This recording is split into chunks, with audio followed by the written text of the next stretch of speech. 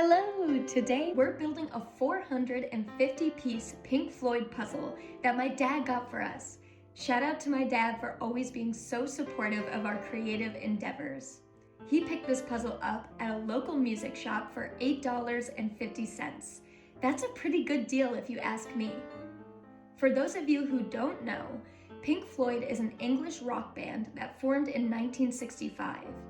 The band's name came from two of the lead guitarist and vocalist's favorite blues musicians, Pink Anderson and Floyd Council. Pink Floyd quickly became well known for their biting political, social, and emotional commentary. The band is credited with architecting two major movements in music: psychedelic space rock and blues-based progressive rock. Psychedelic space rock is characterized by slow, lengthy instrumentals that are dominated by synthesizers, experimental guitar riffs, and science fiction-inspired lyrics, while blues-based progressive rock is characterized by long compositions, a heavy beat, amplified electric sections, and an emphasis on solos. Within their discography, they have two of the most ambitious and best-selling albums of all time, which include 1973's Dark Side of the Moon and 1979's The Wall. Thanks to my dad, these two albums were an integral part of my childhood. I have vivid and fond memories of driving around town in his silver Jeep, listening to songs like Another Brick in the Wall, Hey You, and Comfortably Numb. As of October 2023, The Dark Side of the Moon holds the record for the longest charting album on the Billboard 200. The cool thing about this puzzle is that it's shaped like a record album. The album displayed on this puzzle is The Division Bell, Pink Floyd's 14th studio album that was released in 1994. This is the second album that Pink Floyd recorded without founding member Roger Waters, and was mostly written by guitarist and singer David Gilmour and keyboardist Richard Wright. This was Pink Floyd's last studio album to be composed of entirely new material, and the last to be recorded with Wright, who sadly passed away in 2008.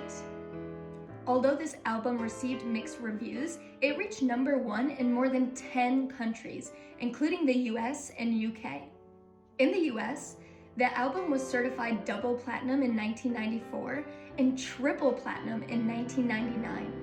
Pink Floyd promoted it with a tour of the US and Europe, which sold more than 5 million tickets and made around $100 million in gross income.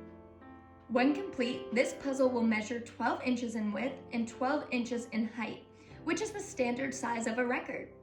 To further emulate a record, this puzzle's centerpiece could be popped out and in theory fit on a record player. Before opening this puzzle, we were wondering why it was so light. To our surprise, the pieces were tiny. They're not much larger than the pieces in the micro puzzle that we built 3 videos back.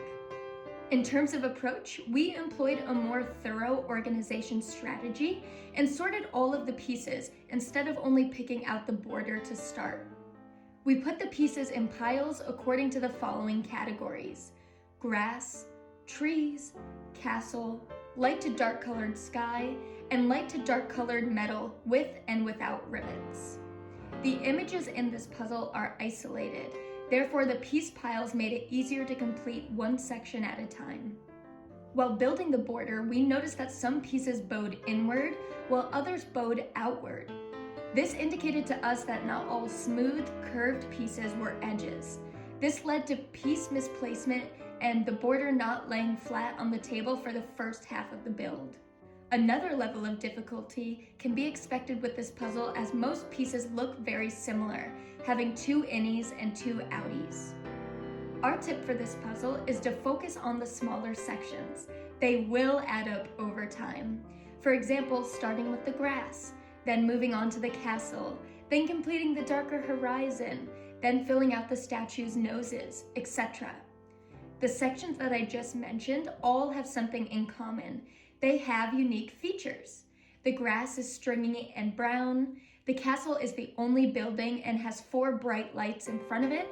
The darker horizon has stripes through it, and the statues' noses have a distinct shape and downturn towards their mouths. We also used the puzzle's centerpiece to anchor us and help us with piece placement. This puzzle took us about 5 hours to complete, which was much more time than anticipated for only 450 pieces. Overall, we give this puzzle an 8.17 out of 10 for puzzability. The following contributed to this overall rating. We gave an 8.6 out of 10 for setup. There was minimal puzzle dust. However, size of the pieces made it a little more challenging to work with. We gave an 8.7 out of 10 for design.